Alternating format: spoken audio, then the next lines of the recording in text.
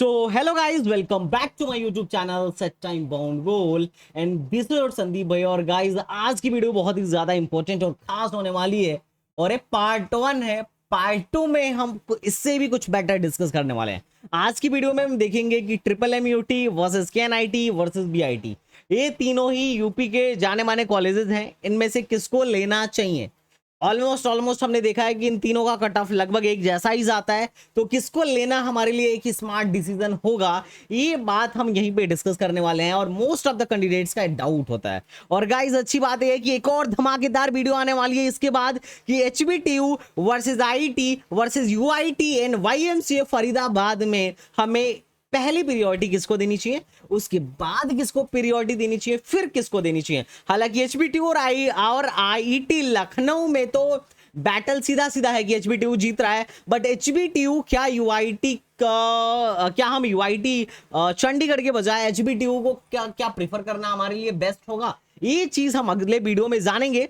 लेकिन ये हम तभी जानेंगे जब आपका फीडबैक बढ़िया मिलेगा। अगर आपको ये वीडियो चाहिए, नेक्स्ट वाली वीडियो भी चाहिए, तो आप कमेंट बॉक्स में बताओगे। और आज हम यही डिसाइड करने वाले हैं इन तीनों में विनर कौन होने वाला है। और डिटेल एनालिसिस है गाइस, यूट्यूब पे बहुत कम ही एजुकेटर इतना डिटेल डीप रिसर्च करके वीडियो बना रहे होंगे। तो चलिए शुरू करते हैं।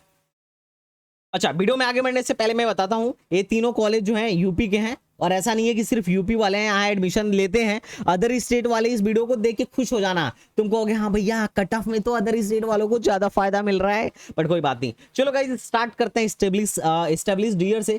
तो देखो ये जो है 1962 में एस्टेब्लिश किया गया था और केएनआईटी सुल्तानपुर 1976 में और ये 1986 है।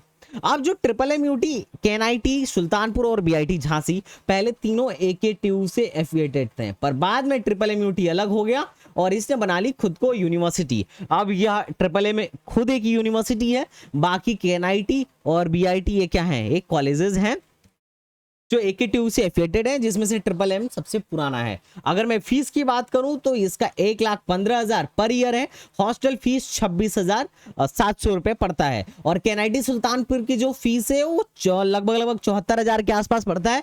और यहाँ पे आईटी की फीस ज्यादा है बिकॉज सेल्फ फाइनेंस है, तो इसकी फीस 89,350 रुपए पड़ती है। और बीआईटी की फीस लगभग 70,000 के आसपास है। और यहाँ पे भी जो सेल्फ फाइनेंस ब्रांच है इसकी फीस जो है 85,400 है। हॉस्टल फीस इसका 16,000 है और इसका हॉस्टल फीस कितना है, 9600 है। भाई साहब अगर मैं फीस के मामले में बात करूं तो बीआईटी सबसे आगे चल रहा है। बीआईटी के बाद ही केएनआईटी है और केएनआईटी के बाद से ट्रिपल एम है। ट्रिपल एम की फीस ज्यादा है। अब मैं बात कर लेता हूं स्कॉलरशिप की। तो अगर स्कॉलरशिप की बात किया जाए तो स्कॉलरशिप इन तीनों में आता है, ट्रिपल एम में भी, केएनआईटी में भी और बीआईटी में भी, क्योंकि जो स्कॉलरशिप देता है ये यूपी गवर्नमेंट देती है। और कितना आता है तो स्कॉलरशिप की अगर बात किया जाए तो लगभग 55 से लेके 60,000 जनरल ओबीसी के लिए आता है और बाकी अदर कैंडिडेट्स जैसे एससी और एसटी के लिए लगभग 1 लाख से लेके 1,10,000 आने की संभावना होती है। ठीक है, तो ये तो काफी अच्छा खासा है। अगर मैं एफडब्ल्यू सीट्स की बात करूं तो भाई साहब तीनों में 5% सीट एफडब्ल्यू की है, ट्रिपल ए में भी है, केएनआईटी में भी है और बीआईटी में भी है। ये तो अच्छी बात है। चलो अब बात कर लेते हैं प्लेसमेंट की। जो देखना हम यही तो देखने हम आए हैं, प्लेसमेंट किसका कितना प्लेसमेंट है, कौन कैसा प्लेसमेंट दे रहा है। तो देखो प्लेसमेंट की बात करूं तो ट्रिपल एमयूटी का लगभग 7 एलपी है, केएनआईटी का भी लगभग 5 से 6 एलपी है और बीआईटी का भी लगभग 5 से 6 एलपी है। तो अगर एवरेज प्लेसमेंट की बात करूं तो यहाँ पे ट्रिपल एमयूटी जीत जाता है। पहले ऐसा सिनेरियो ट्रिपल एमयूटी गोरखपुर में नहीं था, अभी जब से कोविड हुआ तब से प्लेसमेंट्स ऑनलाइन होने लगे और जब से प्लेसमेंट ऑनलाइन होने लगा है तब से गोरखपुर का triple MUT Madan Mohan Malaviya technical university Madan Mohan Malaviya university of technology का जो प्लेसमेंट है इंक्रीज हुआ है। उसका सीधा रीजन है कि प्लेसमेंट ऑनलाइन हो रहा है। पहले गोरखपुर थोड़ा सा बड़ा पूर्वांचल में पड़ जाता था, तो जो कंपनीज थी आने जाने में थोड़ा दिक्कत होता था, तो that was the main problem. अगर मैं हाईएस्ट पैकेज की बात करूं तो ट्रिपल एम में 50 एलपीए का हाईएस्ट पैकेज था। केएनआईटी सुल्तानपुर का ऑफ कैंपस जो हाईएस्ट था 45 था और बीआईटी में 64 एलपीए का था। अब इसका ऑन कैंपस है या ऑफ कैंपस है ये इन्होंने मेंशन नहीं किया है, पर जो भी हो लेकिन इन्होंने क्लियर दिखाया है कि हमारे यहाँ से 64 का है। केएनआईटी वालों ने तो अपने यहाँ प्लेसमेंट का पूरा डेटा ही नहीं दिया है। अगर तुम्हें यकीन ना हो तो इनकी वेबसाइट पे जाके देखो ऑफिशियल इन्होंने क्या डेटा दिया है। हमने जो प्लेसमेंट दिखाया वो वहाँ के बच्चों से बात करके, बहुत सारे बच्चे हमारे एनआईटी सुल्तानपुर में पढ़ रहे हैं जिनकी काउंसलिंग खुद मैंने की थी, तो उनसे बात करके पता चलता है कि कॉलेज में क्या चल रहा है क्या नहीं चल रहा है। लोकेशन की बात करूं तो एक गोरखपुर में है, पूरा पूर्वांचल में है, हमारे शहर में है, और एक सुल्तानपुर में है, और एक झांसी में है। तो लोकेशन तो खैर तीनों का ही मतलब ठीक ही ठाक है, मतलब एक्सपोजर वो वाला नहीं है जो एक मेट्रो सिटी है, एक बढ़िया जो कैपिटल टाइप की सिटी में होती है, वो वाला एक्सपोजर नहीं है। और सिटी उतना तीनों का ही मुझे कुछ खास नहीं लगता है सच कहूं तो, बट ठीक है, ऑन एन एवरेज चल रहा है, दैट्स इट। अगर मैं एडमिशन प्रोसेस की बात करूं तो ट्रिपल एम का एडमिशन प्रोसेस जो होता है वो जेई मेन के बेसिस पे होता है, और ट्रिपल एम यूटी अपना खुद का काउंसलिंग कराता है। कि एनआईटी सुल्तानपुर में जो एडमिशन प्रोसेस हो वो एकेटीयू के थ्रू है, यूपी टेक के थ्रू है, और बीआईटी में भी एकेटीयू जिससे ले रहा है, जैसे यूपी टेक से ले रहा है तो यूपी टेक के थ्रू है। तो ओवरऑल अगर मैं प्लेसमेंट के बारे में बात करूं तो हमें ट्रिपल एमयूटी सीधे सीधे जीतते हुए तुम्हें नजर आएगा, तुम्हें लगेगा हाँ भैया ट्रिपल एमयूटी जीत रहा है। अब मैं ब्रांचेस की बात करूं तो देखो, सीएस सब में है, आईटी सिर्फ ट्रिपल एम और केएनआईटी में है, और ईसी सब में है, और ट्रिपल एम यूटी में एक और ब्रांच हुआ है electronics and IoT, electronics and IoT जो कि बहुत अच्छी ब्रांच मानी जाती है। इलेक्ट्रिकल सब में है, और ट्रिपल एम यूटी में मतलब केमिकल भी सब में है, और मैकेनिकल भी सॉरी सिविल भी सब में है, और केमिकल जो है सिर्फ और सिर्फ ट्रिपल एम यूटी में है और बीआईटी में है। तो सबसे ज्यादा जो सीट्स हैं वो ट्रिपल एम यूटी में है, बाकी में तो सीट्स कम है। ठीक है, तो ब्रांच के मामले में भी ट्रिपल एम यूटी आगे चल रहा है। हमने क्या क्या देखा भैया, फीस के मामले में ट्रिपल एम यूटी थोड़ा पीछे था, ज्यादा का डिफरेंस नहीं है। बाकी प्लेसमेंट के मामले में केएनआईटी और बीआईटी से आगे चल रहा है, और अभी कट ऑफ से ही तुम्हें पता चल जाएगा कि किसके फॉलोअर कितने ज्यादा हैं और किसके चाहने वाले कितने ज्यादा हैं। ओके ठीक है, तो आओ ये कट ऑफ की बात कर लेते हैं। थोड़ा सा मैं फिगर छोटा कर लेता हूं फोटो, नहीं तो कट ऑफ तुम्हें शो नहीं होगा। अब भाई साहब कट ऑफ पे आ जाते हैं। देखो भाई साहब, सीएससी देखो, अब क्या है ना, ट्रिपल एम यूटी में 10% सीट्स जो है, मतलब 90% सीट होम स्टेट के लिए रिजर्व है, और बाकी लोगों के लिए, बाकी अदर स्टेट के लिए 10% है, 10% सीट्स है अदर्स के लिए। और यहाँ पे तो ये तो दोनों एकेटीयू है, एकेटीयू से लेते हैं, तो यहाँ पे तो जो रूल है वो टोटली एकेटीयू का चलता है, चाहे वो केएनआईटी हो या बीआईटी हो। अब क्या होता है कि चूंकि देखो ट्रिपल एमयूटी जैसे कॉलेजेस में जो अपना कॉलेज लेवल काउंसलिंग कंडक्ट कराते हैं, इसमें होता क्या है, इसमें होता क्या है कि ज्यादा नंबर ऑफ कैंडिडेट्स अपीयर नहीं होते हैं। रीजन क्या है, क्योंकि 1000-2000 मान लो अगर ले रहे हैं काउंसलिंग के लिए, तो सिर्फ एक कॉलेज के लिए कोई 2000 क्यों उड़ाने जाएगा। और एकेटीयू में कितने कॉलेजेस हैं, एकेटीयू में 600 प्लस कॉलेजेस हैं, 700 प्लस कॉलेजेस हैं। तो अगर एकेटीयू रजिस्ट्रेशन के लिए काउंसलिंग के लिए 1000 चार्ज कर रहा है, 1000 चार्ज कर रहा है, तो लोग ये देने के लिए तैयार रहते हैं। तो यही रीजन है कि ट्रिपल एमयूटी में एक तो कट ऑफ कम जाती है, लेकिन जो समझदार लोग हैं, जैसे हम लोग अपने बच्चों का जो हमसे पेड काउंसलिंग करा रहा है, हमें पता है कि किसको कहां पे कैसे कब अप्लाई करवाना है, और हम वैसा करवाते भी हैं, और उसका रिस्पॉन्स भी देखने को मिलता है। अभी कट ऑफ में तुम्हें अच्छा खासा वेरिएशन देखने को मिलेगा, कट ऑफ को समझते रहो। अब देखो क्या होता है, 90% सीट्स जो है होम स्टेट के लिए है, लेकिन होम स्टेट में बच्चे भी बहुत ज्यादा हैं, और अदर स्टेट के लिए मात्र 10% सीट है ट्रिपल एमयूटी में, तो बच्चे बहुत ज्यादा अप्लाई करते नहीं है। अब सोचो यूपी के पूर्वांचल में क्या दिल्ली वाला पढ़ने आएगा, तुम्हें लग रहा है? क्या नोएडा गाजियाबाद वाला बंदा पढ़ने आएगा? क्या बंगलुरु से बच्चा पढ़ने आएगा? नहीं, कौन आएगा? बिहार का बंदा पढ़ने आएगा, वही तो आएगा। अरे नो ऑफेंस भाई, मैं बता रहा हूँ एग्जैक्टली जो होता है। तो क्या है कि अब पूर्वांचल में है तो ज्यादातर बिहार के लोग देखने को मिलते हैं। अब देखो सीएससी में क्या है, अब वो भी बहुत कम आते हैं, ऐसा नहीं कि बहुत ज्यादा आते हैं। हमारे यहाँ कंप्यूटर साइंस का होम स्टेट में 54,000 गया था, ये ऑफिशियल डेटा है, ट्रिपल एम वालों ने खुद निकाला था, और अदर स्टेट का 85,000 तक गया था। देखो हमें फायदा है या बिहार वालों को या अदर स्टेट वालों को? भाई साहब अदर स्टेट वालों को सीएससी में फायदा देखने को मिला। अच्छा, फायदा क्यों है? क्योंकि वो लोग कम रहते हैं। अगर कल ऐसा हो जाए कि दबा के बिहार वाले और मतलब और यूके वाले और अदर स्टेट वाले दबा के आने लगे तो क्या होगा? तो भाई साहब बिहार और झारखंड वाले अगर दबा के आएंगे तो इनका कट ऑफ कम जाने लगेगा, सिंपल इंफॉर्मेशन। और सीएससी वही केएनआईटी में कहां तक जाता है? 57,000 पे। तो देख रहे हो, मतलब केएनआईटी से पहले ट्रिपल एम बंद हो जाता है, ट्रिपल एम की मांग ज्यादा है। और बीआईटी कब बंद होता है? 58,715 पे। मतलब अगर मांग की देखे जाए तो ट्रिपल एम यूटी को लोग पहले प्रिफर कर रहे हैं, फिर केएनआईटी को प्रिफर कर रहे हैं, फिर बीआईटी को प्रिफर कर रहे हैं। अब देखो, अब जो बिहार और अदर स्टेट के लोग होते हैं वो AKTU में दबा के बैठते हैं। इसकी वजह से तुम देखो AKTU में इनकी कट ऑफ कम जाती है। जैसे ट्रिपल में वो लोग आते नहीं है ज्यादा, क्योंकि ये कॉलेज के लिए ज्यादा पैसा फंसाते नहीं है।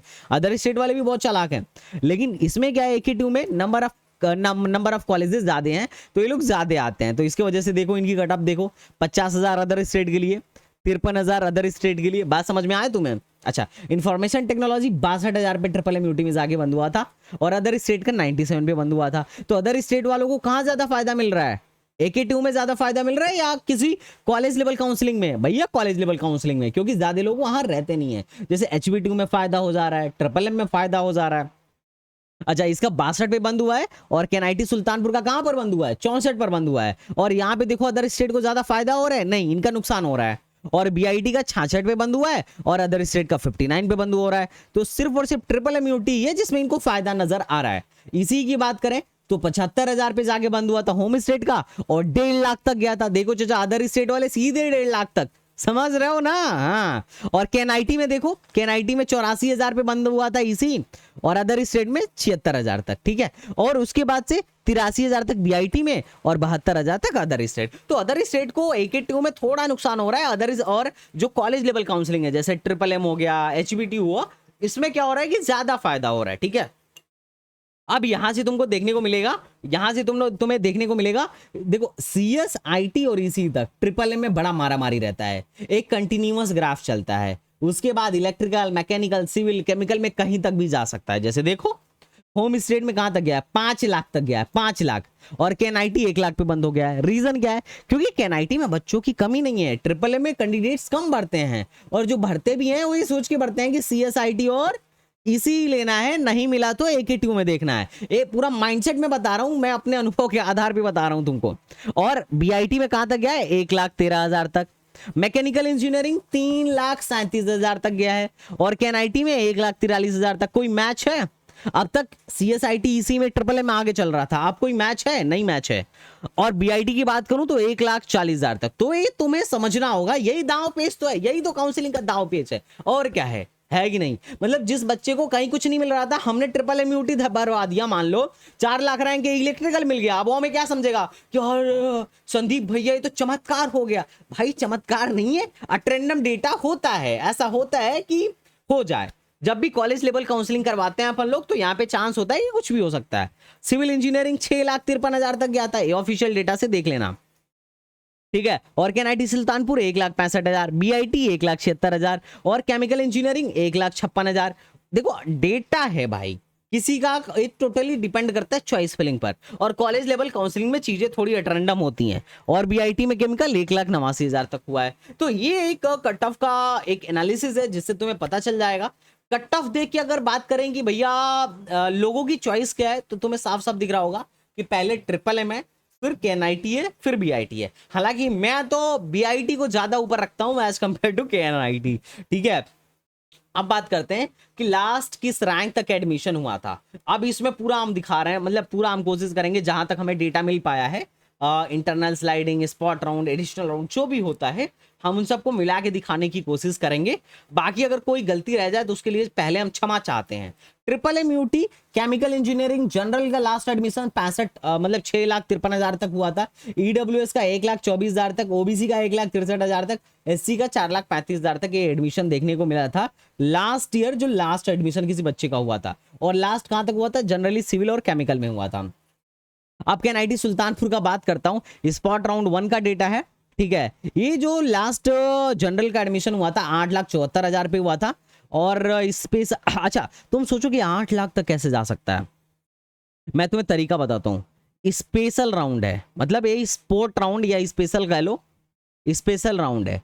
इसमें ना खेल होता है, मतलब सबसे ज्यादा जो कॉम्प्लिकेटेड बना के रखा है जिसने स्पॉट राउंड को, वो है AKTU।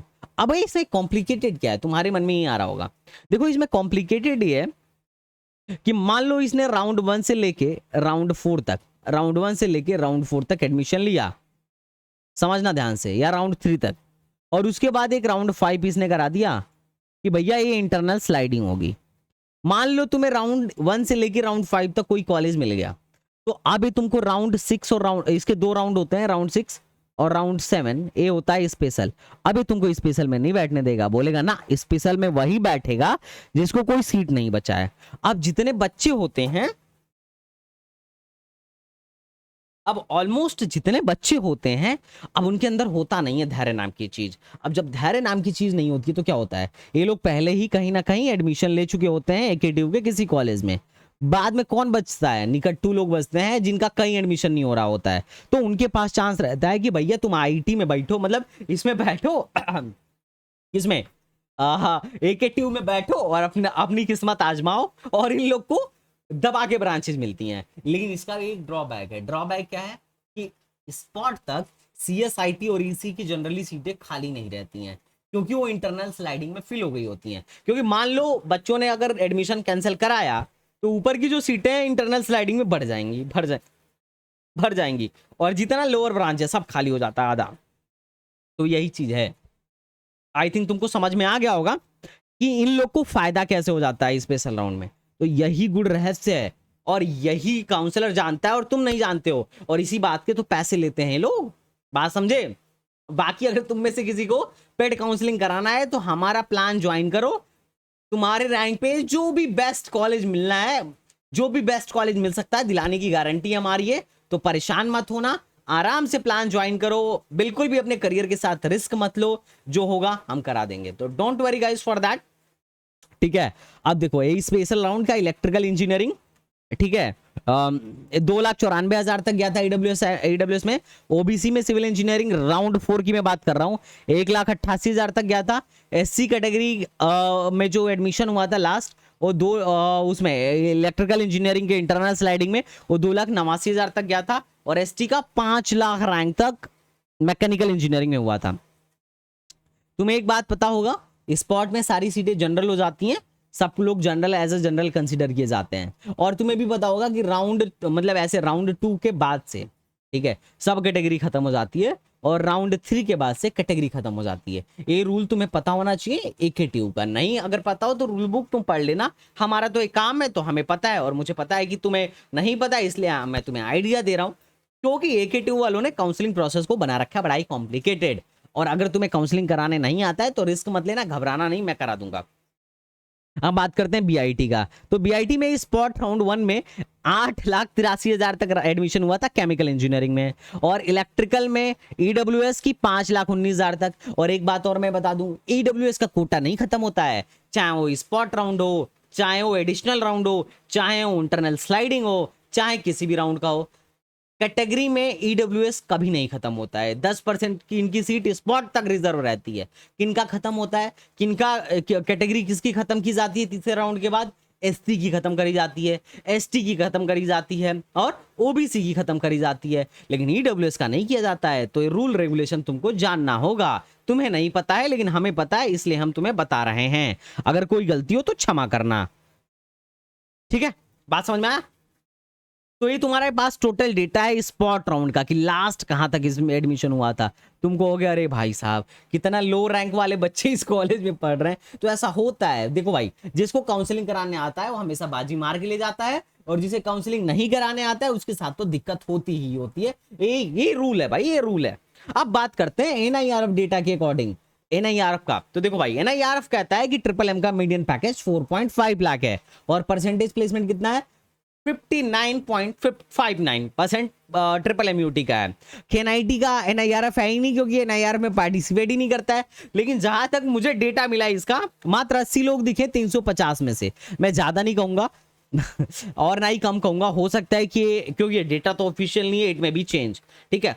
अब बात करें तो तीनों के तीनों एआईसीटी से अप्रूव्ड है। और वीआईटी की बात करूं तो इसका 4.4 लाख है, और परसेंटेज प्लेसमेंट इसका भी 52.57% का है। ज्यादातर जो प्लेसमेंट होता है सीएसआईटी और ईसी का होता है। कोर का पैकेज तो खैर, कोर का प्लेसमेंट तो खैर आईटी लखनऊ में भी नहीं है।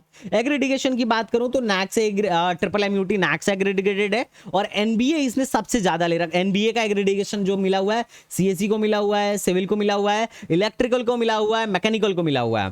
केएनआईटी में एनबीए के एग्रीडिकेशन की बात करूं तो इलेक्ट्रिकल को मिला हुआ है और सिविल को मिला हुआ है, सीएससी को नहीं मिला हुआ है। बीआईटी में सिर्फ और सिर्फ मैकेनिकल एनबीए से एग्रीडिकेटेड है।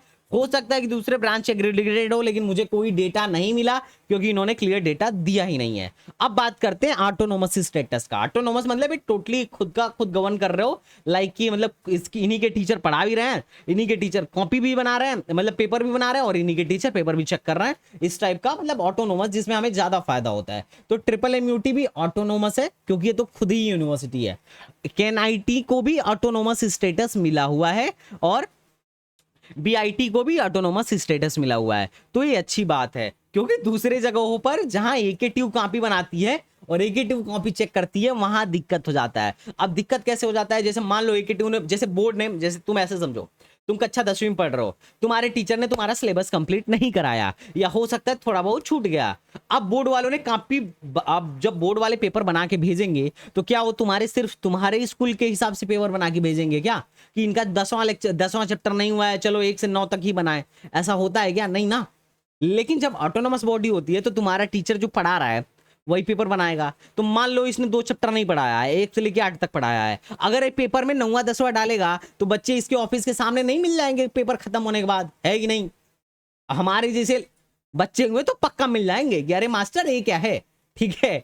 तो ऑटोनोमस में क्या फायदा होता है कि पेपर वो बना रहा है तो उसे पता है कि हमने कहां तक पढ़ाया है, और अपने इंस्टीट्यूट के हिसाब से वो पेपर बनाता है। तो इससे क्या होता है, मार्क्स बढ़ जाते हैं। और अगर हमारे टीचर को पता रहे पेपर में क्या आने वाला है, तो सोचो, है कि नहीं, जो असाइनमेंट दे रहा है या जो वो होमवर्क दे रहा है, मोस्ट प्रॉब्ली उसी में से बनाता है। ये तो साइकोलॉजी है भाई। अच्छा, जो दूसरा बंदा है वो कहां से पेपर बना दे किसी को नहीं पता। हालांकि एकेटीयू में ऐसा नहीं होता है, एकेटीयू में सब प्रीवियस ईयर का ही पेपर बनाते हैं, बात समझे। एकेटीयू में तो पास होना सबसे आसान है, बट कोई बात नहीं, चलो भाई, आपको समझ, आई थिंक आपको मेरी बातें समझ में आ रही होंगी। ये कुछ व्यूज हैं ट्रिपल एमयूटी के, केएनआईटी के और बीआईटी के। आई होप अच्छा लगा होगा आपको ये वीडियो। और मैं आपसे पूछना चाहता हूं कि इसमें से आप विनर किसको घोषित करेंगे? मैं सारा एस्पेक्ट बता चुका हूं, कौन अच्छा है, कौन अच्छा नहीं है, कौन कैसा है। I have already told you everything. So tell me in comment box कि आप सबसे ज्यादा किसको पॉइंट देना चाहेंगे, ट्रिपल एमयूटी को या केएनआईटी को या बीआईटी को। और नेक्स्ट वीडियो मेरी आने वाली है, अच्छा मैं पिन कर दूंगा, मैं इसमें नहीं बताना चाहता हूं, मैं नेक्स्ट वीडियो में बता दूंगा कि कौन मेरे हिसाब से विनर है। लेकिन मैं पहले आपका जजमेंट देखना चाहता हूं कि एज ए स्टूडेंट आप क्या चाहते हो भैया, कौन से कॉलेज को आप चूज करोगे, कौन सा आपके लिए बेस्ट है। और आपका जो जजमेंट है मेरे लिए बहुत मायने रखता है। अच्छा, कोई पॉइंट मुझसे छूट गया हो या रह गया हो तो आप मुझे जरूर बताइएगा, क्योंकि बहुत सारी चीज हमें स्टूडेंट से भी सीखने को और समझने को मिलती है। तो चलिए भाई, नेक्स्ट वीडियो जल्दी स्टार्ट करते हैं। और अगर वीडियो अच्छी लगी हो तो लाइक, शेयर एंड सब्सक्राइब, और शेयर करना भाई आपका कर्तव्य है, इट्स नॉट माय ड्यूटी। मेरी ड्यूटी है कि मैं आपकी मदद करूं, और आपकी ड्यूटी है कि आप हमें शेयर करें, ताकि हम सबके सामने उभर के आए और हम सबकी मदद कर पाए। तो चलिए मिलते हैं नेक्स्ट वीडियो में, तब तक के लिए बाय बाय, टाटा एंड जय हिंद।